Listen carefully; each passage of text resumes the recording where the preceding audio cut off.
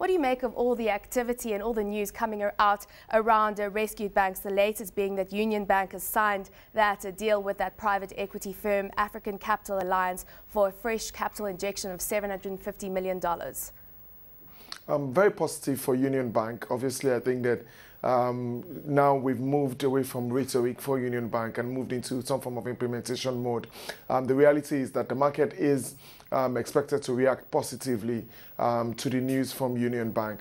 However, I think the story around Afribank and Vine Capital is obviously public, in the public domain, and we're seeing a lot of reactions to that. There are indications that Fidelity Bank might step in to replace Vine Capital in that transaction, and I suspect that that's why we're seeing some form of selling pressure on Fidelity at the moment. Let's move on to the fact that we have the depressed prices generally on the stock market at this stage, and we see President Goodluck Jonathan coming out saying that they're targeting foreign investment and private investment of 15 trillion naira. That's equated to $99 billion over the next 5 years. Could this open up a gateway, perhaps, the depressed prices we're seeing, for foreign companies to come into the market and take stakes in local companies? Without a doubt, we've actually started to see that. I mean, Coca-Cola Hellenic has made a full 100% bid for its local operations. We know that Heineken as well has gone on an acquisition spree in the last 6 months. Same thing for SAB as well. I'm also looking for opportunistic acquisition. And there are quite a number of international institutions positioning in Nigeria. And now the positive for the institutions is that they're coming into the market at a time when stock prices or company valuations are probably, at the lowest we've seen in the last 2 years. And that's positive for them because it means that acquisition prices are significantly cheaper than they would have been 2-3 years ago. The reality, however, for the local investors is you're going to find a situation whereby at a point when local investors are seeking to reverse this trend, prices would have increased significantly.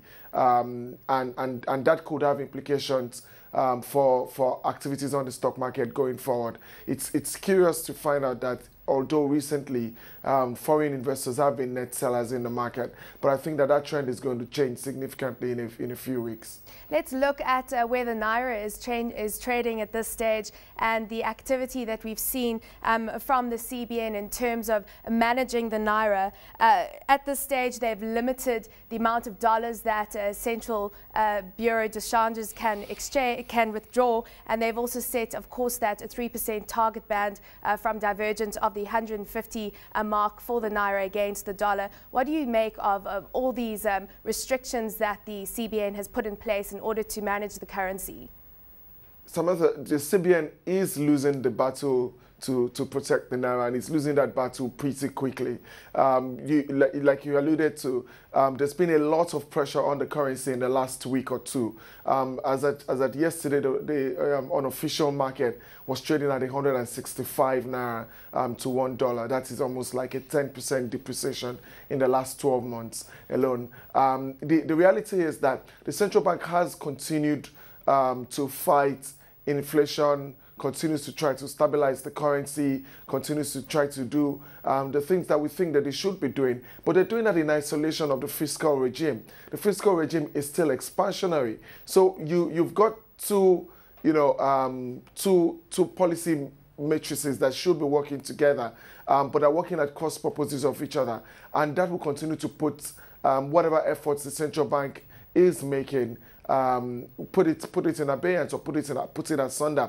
The reality, what needs to happen for the currency really is that we need to see some form of repricing of the Naira. I'm speculating based on information and based on purchasing power parity sort of models that the Naira will settle around the 175 level by the end of the year.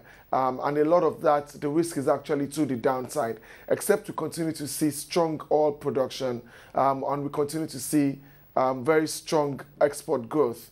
we'll continue to see significant pressures on the Naira going forward. That, of course, obviously will be a positive for the Naira, but Sanusi seems dead set on keeping this 3% target. At the last MPC meeting, he reiterated that the bank is sticking to this target. Has there been any change in stance from government recently? Well, he's alluded to the fact that they're trying to keep the 3% band, but the reality is that the currency has broken out of the 3% band, and it's unlikely that it's going to reverse that trend. Unfortunately, we're in the summer months, which is the period when most of the markets actually travel overseas, so there's a lot of pressure on the parallel markets for people who are looking to buy foreign exchange. I think that the focus the central bank has to take really at the end of the day is to find a natural equilibrium level for the currency. And in that vein, once and for all, let us price in the inflationary impacts of the weaker currency, price in the inflationary impact of a deregulated oil market or deregulated petroleum market. And I think that over the long term, we can establish a long-term sustainable inflation rate that might be a single digit, but that is predictable, a lot more predictable than we have it today.